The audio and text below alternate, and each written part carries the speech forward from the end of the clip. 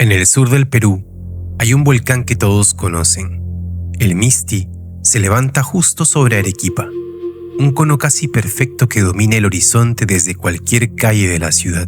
Hoy lo vigilan sisómetros que no se apagan nunca. Aparece en cada mapa de riesgo volcánico del país. Es, sin discusión, el volcán del que hay que cuidarse. Así que cuando la tierra empezó a temblar el 15 de febrero de 1600, sacudidas cada vez más frecuentes, animales inquietos, un malestar que la gente no sabía nombrar todavía. Todos miraron hacia el mismo lugar, hacia el Misti. Era el sospechoso obvio, el único que tenía hasta ese momento historial de comportarse mal. Pero ¿qué pasa cuando el peligro real nunca estuvo ahí? A unos kilómetros de Arequipa, en una meseta a más de 4000 metros de altura, hay un cráter que no se parece en nada a lo que uno imagina cuando piensa en un volcán. No hay un cono que se eleva hacia el cielo. No hay un pico nevado, imponente, fotogénico. Solo una hondonada en el terreno, casi invisible entre las montañas que la rodean. Los quechohablantes de la zona lo llamaban Huayna Putina, el volcán joven. Un nombre casi cariñoso, sin ninguna advertencia adentro. Nadie construía su miedo alrededor de ese lugar. Nadie lo vigilaba. Ni siquiera figuraba hasta ese momento en la lista mental de amenazas de la región. Los primeros cronistas de la época, al registrar los temblores de esos días, atribuyeron los signos al Misti. Fue el nombre que los cronistas escribieron. Fue el volcán que la gente esperaba que hiciera algo. Y durante casi un mes después de la catástrofe, con pueblos enteros ya sepultados, con Arequipa todavía cubierta de ceniza, la confusión siguió ahí, sin resolverse del todo, hasta que un pequeño grupo de sobrevivientes logró llegar hasta la ciudad y contar con sus propias palabras lo que habían visto. Una montaña que nadie vigilaba, desintegrándose desde dentro. El Huayna Putina no tenía historial, no tenía perfil de amenaza, no estaba en ningún mapa de peligro de su época, y en cuestión de horas, sin que nadie lo viera venir, estaba a punto de desatar la explosión más violenta que Sudamérica registraría jamás. Imagínate no poder distinguir el día de la noche, no por un par de horas, no por una tormenta pasajera, durante semanas enteras, sin ninguna certeza de cuándo iba a terminar. Eso es exactamente lo que empezó a vivir Arequipa la noche del 19 de febrero de 1600. El fraile Martín de Murúa estaba ahí. Años después, todavía intentando poner en palabras lo que había presenciado, escribió que esa noche parecía hervir la tierra. No es una imagen poética suelta al aire, es lo que sintió un hombre de pie sobre un suelo que no dejaba de temblar mientras el cielo, en cuestión de minutos, se cubría de un humo negro tan espeso que el sol dejó de existir. No hubo atardecer, solo oscuridad llegando antes de tiempo y quedándose. Pero, ¿cómo se sobrevive semanas enteras sin poder ver el cielo? Porque lo que vino después de esa primera noche no fue solo la oscuridad. Testigos hablan de una bola de fuego del tamaño de una cuadra entera, flotando despacio sobre la ciudad en dirección al mar. Nadie tenía cómo explicar qué era eso, y nadie se atrevía a acercarse. Fueron relámpagos generados por la propia ceniza suspendida en el aire, encendiendo el cielo en destellos violentos, sin ningún patrón que permitiera anticiparlos. Y fue, sobre todo, un ruido que no paraba. Los cronistas lo compararon con un fuego de artillería disparando sin pausa, hora tras hora, día tras día, hasta que la gente dejó de intentar contar cuánto tiempo llevaba sonando.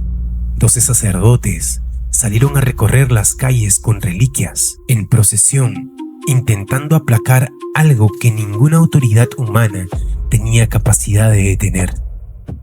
La población española e indígena por igual no tenía ningún antecedente al que comparar esto.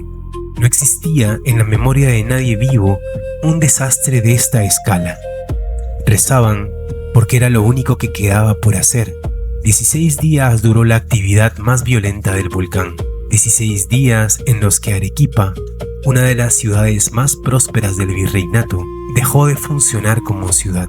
Y cuando el cielo finalmente empezó a despejarse, lo que apareció debajo de esa ceniza ya no se parecía en nada a la Arequipa que había existido antes del 19 de febrero. A 1000 kilómetros de Arequipa, en Lima, alguien escuchó algo que no debería haber podido escuchar. Un estruendo, lejano pero inconfundible, llegando desde el sur. No una vez, repetido constante, como una tormenta que no terminaba nunca de descargar. Para el virrey Luis de Velasco, marqués de Salinas, gobernando desde la ciudad de los reyes, la explicación más lógica no tenía nada que ver con un volcán. Tenía que ver con barcos. ¿Qué otra cosa en el mundo que conocía a un virrey del año 1600 podía sonar así? Corsarios, piratas atacando el puerto del Callao, el corazón comercial del virreinato, la puerta de entrada de toda la plata que salía del Perú hacia España. Era una amenaza real, conocida, con la que el virreinato ya había lidiado antes. Así que Velasco hizo lo que cualquier autoridad hubiera hecho frente a esa sospecha. Mandó vigías a la cima del Cerro San Cristóbal, al punto más alto desde donde se podía divisar el mar, para confirmar el ataque y organizar la defensa. Los vigías subieron, miraron hacia el Pacífico buscando velas enemigas, humo de cañones, cualquier señal de una flota atacando. No encontraron nada. El mar estaba tranquilo. No había un solo barco fuera de lugar. El sonido seguía ahí y no venía del agua, venía de la tierra, desde un punto que ni siquiera figuraba todavía en los reportes que llegaban a la capital.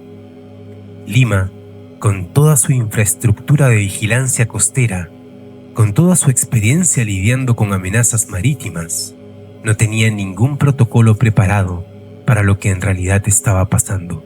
Un volcán a 1000 kilómetros de distancia, tan violento que su propio ruido era capaz de generar pánico de guerra en una ciudad que ni siquiera podía verlo.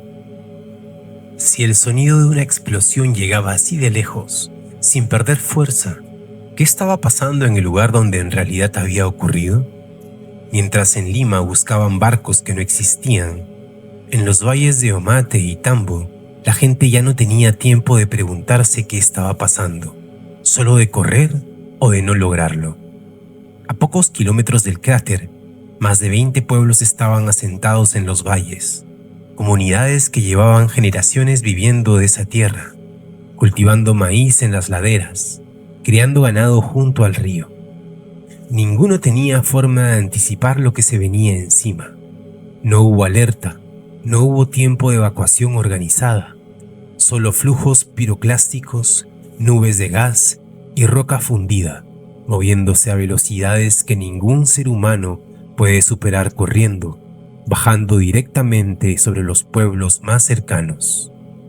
¿Pero cuánta gente vivía todavía ahí cuando llegó?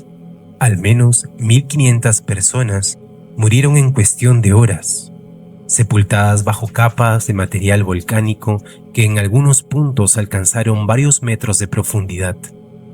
Pueblos enteros dejaron de existir, no de forma simbólica, quedaron literalmente debajo de la tierra, y algunos nunca volvieron a ser habitados.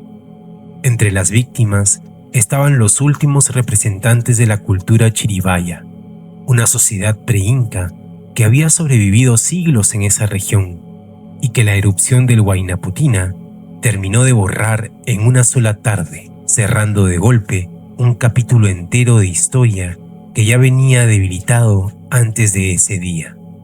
Y el desastre no terminó con la caída del material desde el cielo.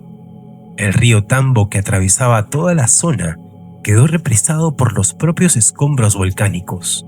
No una vez, sino dos. Cada vez que el agua acumulada detrás de esos tapones naturales encontraba la fuerza para romperlos, bajaba en forma de avalancha, arrastrando todo lo que quedaba de su camino. Un valle que hasta unos días antes había sido próspero, una de las más fértiles del sur del virreinato, terminó irreconocible, sin pueblos, sin cultivos, sin el cauce natural que lo había sostenido durante siglos. Lo que había empezado como una nube de ceniza sobre Arequipa era en realidad apenas la superficie visible de algo que ya había borrado comunidades enteras en el mapa. Sobrevivir a la erupción no significaba haber sobrevivido al Huayna Putina. Para muchos, lo peor todavía no había llegado. Cuando la ceniza finalmente dejó de caer y la gente de Arequipa pudo salir a evaluar los daños, se encontraron con una ciudad que técnicamente seguía en pie, pero que ya no podía sostener la vida como antes. Los caminos habían desaparecido bajo capas de ceniza tan profundas que las cabalgaduras se hundían al intentar cruzarlas. Los techos de paja de las casas más humildes se habían quemado por el contacto directo con el material caliente. Los pocos que sobrevivieron intactos terminaron colapsando de todas formas semanas después, aplastados en el peso acumulado de la ceniza que nadie había tenido tiempo de retirar. ¿Qué se supone que comes cuando no queda absolutamente nada vivo alrededor? Porque eso fue exactamente lo que encontraron. Ni una sola ave en el cielo, ni golondrinas, ni palomas, ni gorriones. Las tierras de cultivo, cubiertas por completo, dejaron de producir maíz. Los árboles frutales, uno por uno, se secaron. El ganado que no había muerto sepultado moría después, lentamente, porque no había pasto ni agua limpia para mantenerlo con vida. Los molinos que procesaban el grano de la ciudad quedaron destruidos o inservibles, y sin ellos, ni siquiera las reservas de comida que sí habían sobrevivido podían transformarse en algo comestible. El hambre llegó a Arequipa no como una consecuencia inmediata de erupción, sino como su secuela más lenta y más cruel. No fue la ceniza la que mató a la mayoría de la gente que murió después de esos 16 días. Fue lo que la ceniza dejó atrás. Una tierra que durante meses se comportó como si estuviera muerta. Y esa misma ceniza, la que había arrasado con todo alrededor de Arequipa, apenas estaba empezando su viaje, porque no se quedó ahí. Hay una diferencia enorme entre una erupción que lanza ceniza al aire y una erupción que lanza ceniza lo suficientemente alto como para escapar de la atmósfera que conocemos. El Huayna Putina hizo lo segundo. La columna eruptiva no se quedó flotando sobre el sur del Perú, cayendo poco a poco como lluvia sucia sobre los valles cercanos. Subió más de 30 kilómetros, atravesó la troposfera, la capa donde vivimos, donde se forman las nubes y el clima que conocemos, y siguió subiendo hasta perforar la estratosfera. ¿Pero por qué importa esa diferencia de unos kilómetros más de altura? Pues porque una vez ahí arriba, el material volcánico deja de comportarse como ceniza cayendo sobre un valle. Se convierte en un aerosol suspendido, capaz de viajar impulsado por corrientes de viento que dan la vuelta al planeta entero, sin cesar, sin disolverse, durante meses. Los científicos que estudiaron los depósitos años después encontraron rastros de este material hasta en Canadá, a más de 9.000 kilómetros de distancia del cráter donde todo empezó. No fragmentos simbólicos, evidencia física, medible, de que una partícula que salió de una montaña sin nombre en Moquegua terminó su viaje al otro extremo del continente americano. Y ahí no se detuvo tampoco. Ese aerosol, suspendido en la estratosfera, empezó a hacer algo que ningún desastre local puede lograr: reflejar luz solar de vuelta al espacio antes de que llegara a calentar la superficie de la Tierra. En cuestión de meses, el planeta entero, no una región, no un continente, el planeta entero empezó a enfriarse. Lo que había arrancado como la peor noche en la historia de Arequipa se estaba convirtiendo, sin que nadie en 1600 pudiera entenderlo todavía, en un evento capaz de cambiar el clima global. A más de 14.000 kilómetros de Moquegua, en Rusia, nadie había escuchado jamás el nombre de Huayna Putina. Sin embargo, ese volcán estaba a punto de ayudar a decidir el destino de un imperio entero. El enfriamiento global que empezó a extenderse después de la erupción no fue un fenómeno abstracto, medible solo en gráficos de temperatura. Fue un verano que nunca llegó a hacerlo del todo. Fue una temporada de cultivo que se acortó justo lo suficiente como para que el trigo no terminara de madurar. En una época sin refrigeración, sin transporte rápido de alimentos entre regiones, sin ningún sistema capaz de compensar una mala cosecha con reservas de otro lugar. Esa diferencia de un par de grados podía ser la línea entre un año difícil y una catástrofe. Pero ¿qué le pasa a un imperio entero cuando el pan, literalmente, deja de existir? En 1601, 1602 y 1603, Rusia vivió 3 años consecutivos de cosechas fallidas, en lo que hoy se conoce como la Gran Hambruna Rusa. Las estimaciones más citadas hablan de aproximadamente 2 millones de muertos. En algunas regiones, hasta 1/3 de la población. Familias enteras abandonaron sus tierras buscando comida que no existía en ningún lado cercano. Hubo reportes, documentados por la época, de canibalismo por desesperación.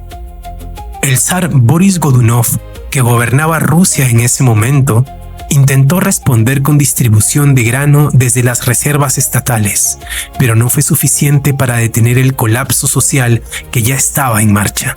La hambruna, sumada al descontento que ya venía acumulándose contra su gobierno, ayudó a desatar lo que la historia rusa recuerda como el tiempo de problemas, un periodo de crisis política, rebeliones y disputas de sucesión que terminó apenas unos años después con la caída de la dinastía de Godunov y años de inestabilidad antes de que una nueva línea de gobernantes, los Romanov, lograran estabilizar el trono.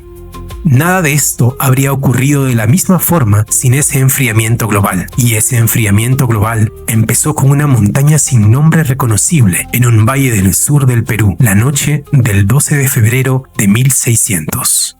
Durante casi 4 siglos, esta conexión entre un volcán peruano y una hambruna rusa fue, en el mejor de los casos, una coincidencia interesante. Nadie tenía forma de probarla, porque una cosa es notar que las fechas coinciden, y otra muy distinta es demostrar con evidencia física que un evento causó el otro. ¿Cómo se prueba algo así 400 años después, cuando no queda ningún testigo vivo y los registros de la época son crónicas escritas a mano, no mediciones científicas? La respuesta empezó a aparecer en lugares que nadie relacionaría naturalmente con un volcán, dentro de los anillos de los árboles y dentro del hielo de los glaciares. Cada anillo de crecimiento en un árbol antiguo guarda información del clima del año en el que se formó. Un año frío y corto de verano deja una marca distinta a un año cálido y próspero. Y en el hielo acumulado durante siglos en Groenlandia y en la Antártida, cada capa atrae partículas microscópicas del aire de esa época exacta, incluyendo rastros químicos de erupciones volcánicas específicas, casi como una huella digital. Científicos analizando núcleos de hielo lograron identificar una capa de sulfatos volcánicos depositada justo después de febrero de 1600. Y esa firma química coincide con precisión con la composición del material expulsado por el Huayna Puttina.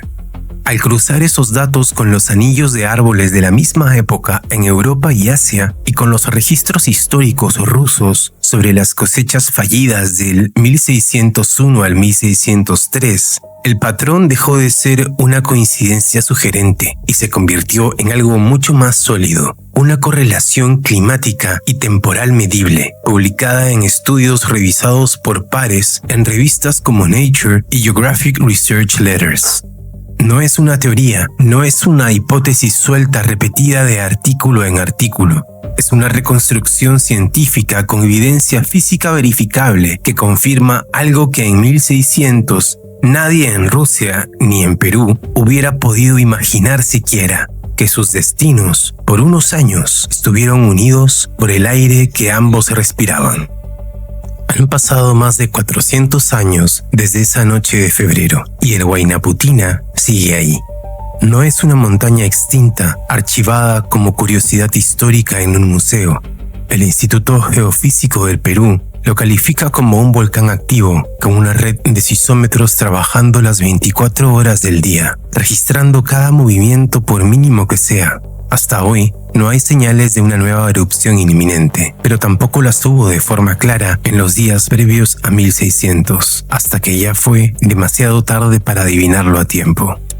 Pero ¿cuántas personas hoy sabrían señalar el Huayna Putuna en un mapa? La mayoría no podría. Es todavía el volcán equivocado, el que nadie mira primero, el que no tiene el perfil imponente de un Misti, el que sigue sin cargar en la memoria colectiva del país el peso de lo que ya demostró que es capaz de hacer. Una capa de ceniza blanca de hasta 50 centímetros en algunas zonas de Arequipa sigue enterrada bajo la tierra actual, a más de 600 kilómetros del cráter. El testimonio geológico más silencioso que existe de aquella semana de 1600. Ahí, debajo de los pies de gente que probablemente nunca escuchó esta historia completa. Un volcán sin nombre reconocible sepultó pueblos enteros en el sur del Perú, oscureció el cielo de una de las ciudades más prósperas del virreinato durante 16 días, y del otro lado del planeta, sin que nadie en ese momento pudiera entender la conexión, ayudó a derrocar a un zar. Todo eso pasó aquí, en el Perú, y la mayoría de nosotros nunca lo aprendió.